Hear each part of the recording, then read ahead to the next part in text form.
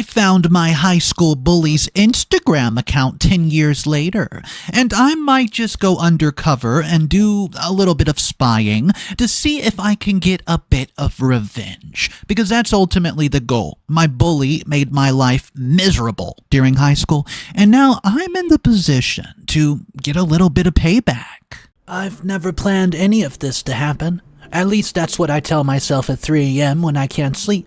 But intentions do not mean crap when you've ruined multiple lives, including your own. It started innocent, if you can call anything stemming from a resentment innocent. 5 months ago, I was doom scrolling through Instagram during another meaningless Friday night, when Sarah Jameson's face appeared in my recommended. Seeing her name alone was enough to make my stomach clench. Sarah, the girl who made my life hell for 3 years in high school. She was the queen bee, beautiful, rich, utterly ruthless to anybody she deemed unworthy. And boy, did she deem me unworthy. I was the scholarship kid with the second-hand clothing and the mom who cleaned houses for extra money. Sarah made sure that I never forgot my place. Charity case, she would whisper when I walked by. She would organize parties and make sure I knew I was not invited. Once I overheard her laughing about how I probably could not afford deodorant, which explains my smell. I didn't even smell.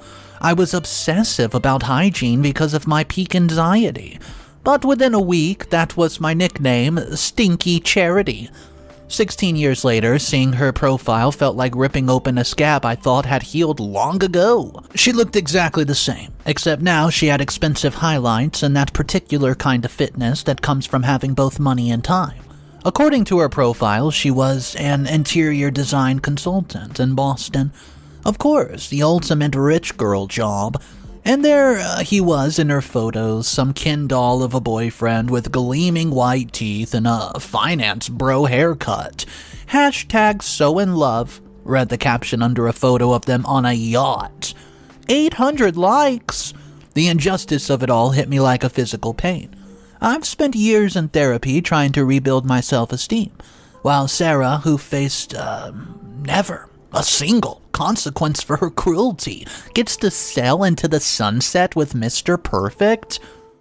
That night, I had 3 glasses of wine and I created Boston Architect 92. Yeah, the name was random enough, but still somehow plausible. I gave him a vague profile picture, just the back of a man's head looking at a city skyline. I followed some architecture accounts, like some design posting, and added enough detail to seem real, without being specific. I hadn't planned what would happen next, I just wanted to see inside her world. Maybe leave some cryptic comments that would make her ponder.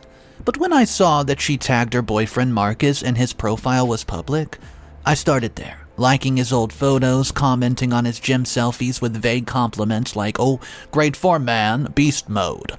Nothing that would raise alarms, but enough to establish presence. I wanted Sarah to notice an unknown guy paying attention to her boyfriend. I wanted to plant a seed of doubt. It worked better than I could have imagined, because within 2 weeks, Sarah followed me.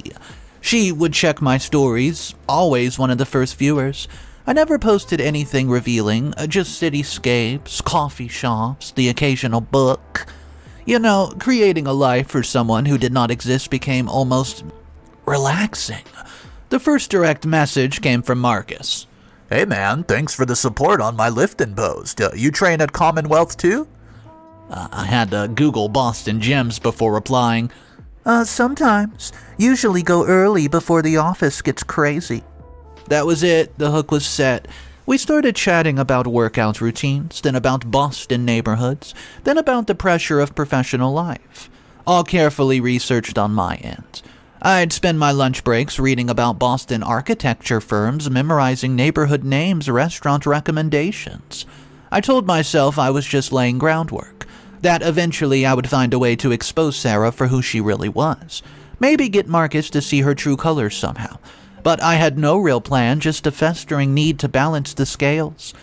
2 months in, things took an unexpected turn. Sarah messaged me directly.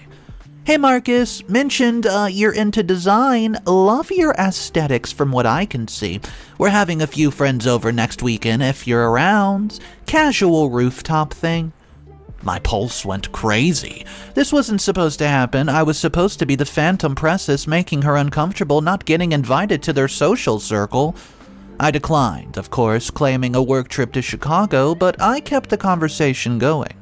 Would love to connect sometime, though. Always looking to network with other design people.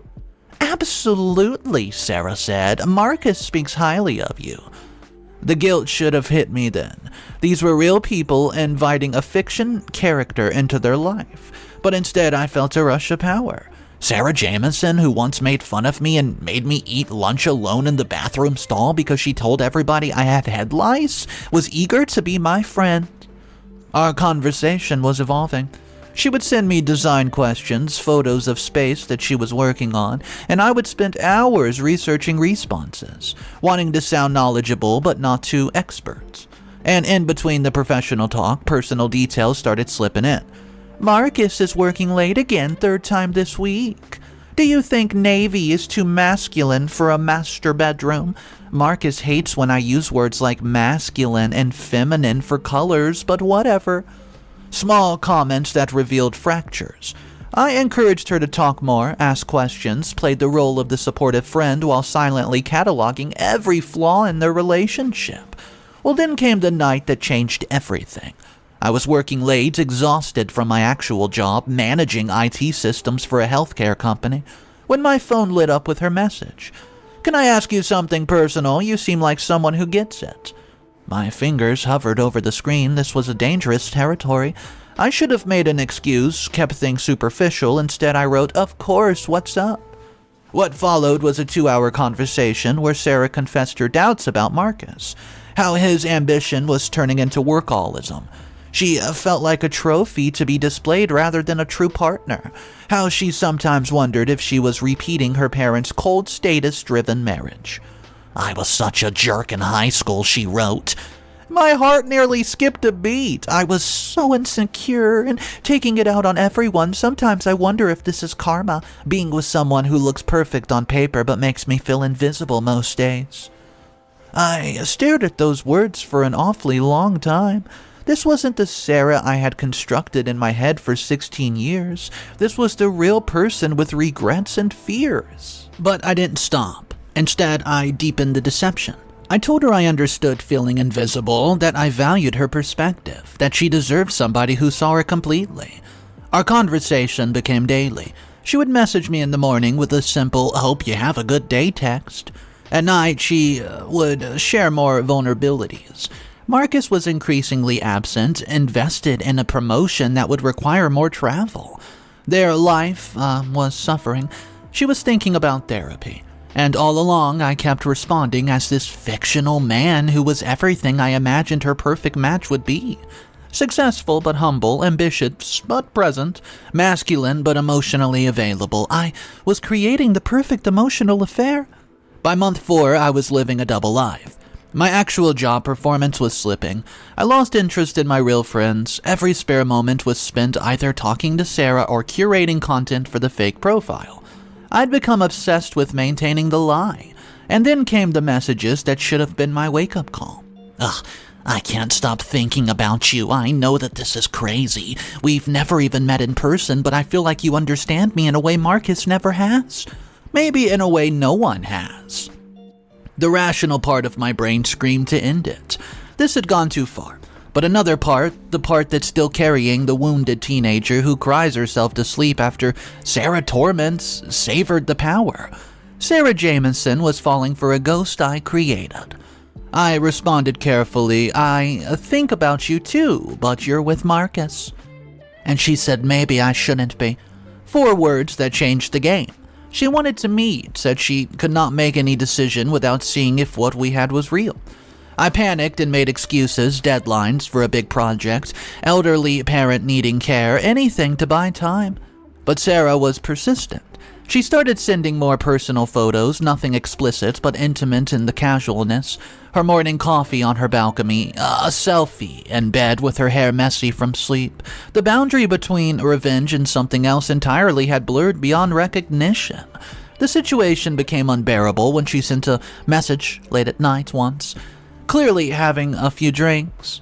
I told Marcus I need space, said I'm not sure about us anymore, and he asked if there's something else going on. I lied and said no, but there is, isn't there? It's you. Even though we've never touched, never even sat in the same room, I know it's you. I didn't sleep that night or the next. The fantasy of revenge had spiraled into something I couldn't control. A real relationship was ending because of my lie. And worse, a real person had developed real feelings for someone who didn't exist. I decided to ghost her.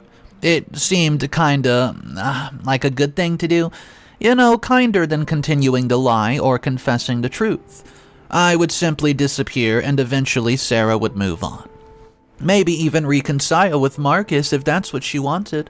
For 2 days, I ignored her message, and she started being very concerned and became increasingly desperate, saying stuff like, "Are you okay? Did I say something wrong? Please just let me know you're all right. I ended things with Marcus for real, and now you're gone, so please talk to me." The last message broke me. This is exactly what I deserve, isn't it? To finally find someone who makes me feel seen and then have them vanish, karma for all the people I hurt. She thought I was her punishment. For a moment, I almost convinced myself that she was right, that this was cosmic justice, but in my heart I knew better. This wasn't justice, this was me becoming a thing I hated. I decided to end it clean. I would send one final message explaining that I'd reconnected with an ex, that the timing was wrong, that she deserved better, a lie to end all the lies. Before I could spend it, my phone rang with an unfamiliar Boston number. I answered without thinking. There was breathing on the other end, then a female voice I didn't recognize. "Is this the ghost account?" "Who is this?" "This is Tessa, Sarah's roommate from college, the one who's actually been helping her with her design business while you've been playing whatever sick game you're doing." "I don't know what you're talking about." "Yeah, save it. I'm really good with technology. Better than you, clearly. It wasn't that hard to trace an IP once I started looking. You're not in Boston. You've never been in Boston. You've never been to Boston. So who are you really, and why are you catfishing my friend?" "How did you get this number?" Same way I found everything else. I mean, the question is not that. The question is, what am I going to do with what I now know? Sarah's an absolute mess. She left her boyfriend because she thought she found something real with you, with whoever you're pretending to be. Well, I never asked her to leave him. Right. You just spent months making her fall in love with a fake person. That's so much better. You don't understand, Sarah. She's horrible. She was horrible to me in school. She made my life hell, and this is just, I don't know, a way to see if she'd change?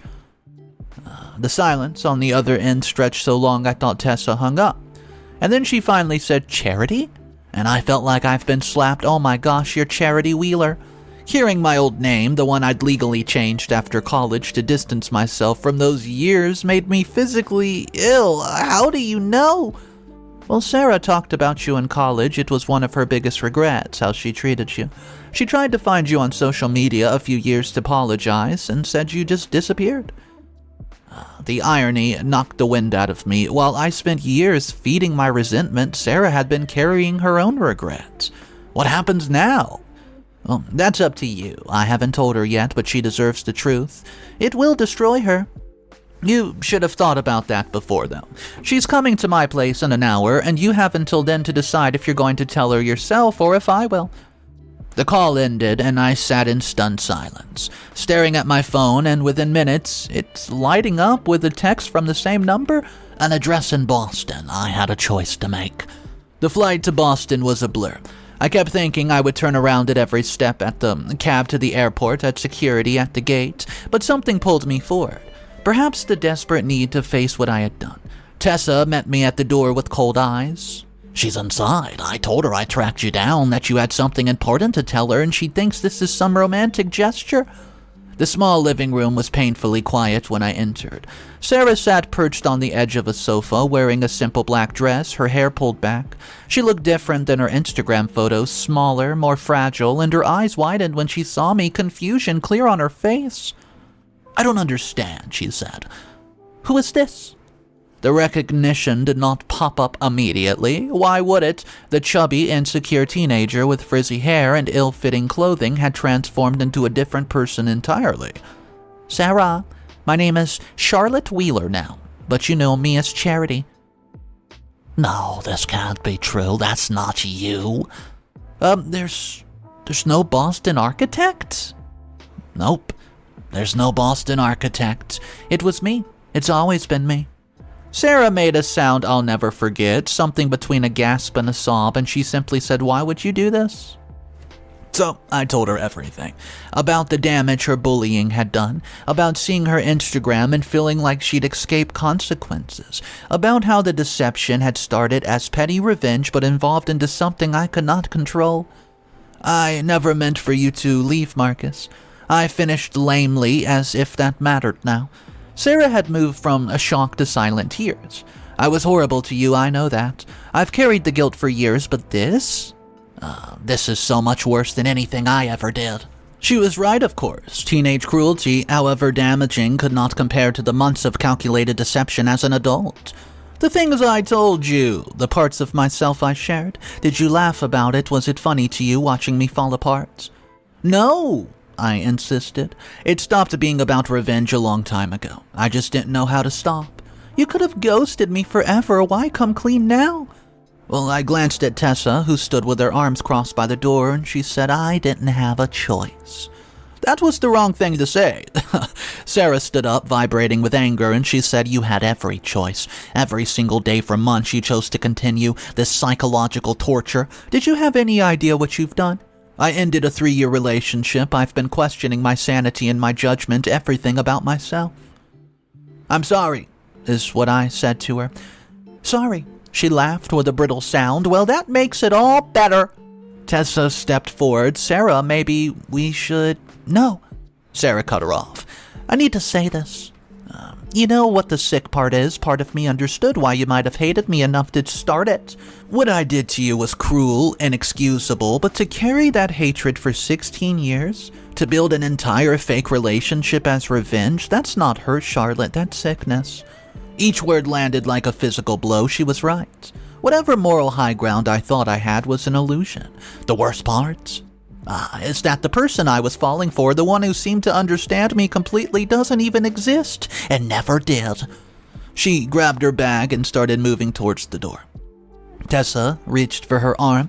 "Where are you going? You shouldn't be alone right now." "I need air. I hope this gave you what y'all needed. I hope the revenge was worth it."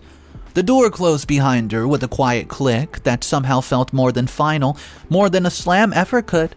Tessa and I stood in silence for a long moment before she spoke and said, "You should go." "Is she going to be okay?" Tessa laughs and says seriously, "No, she's not going to be okay, would you?" I just moved to the door, and outside the Boston evening was cooling rapidly, and I just stood in some unfamiliar street. Completely alone in a city I pretended to know intimately.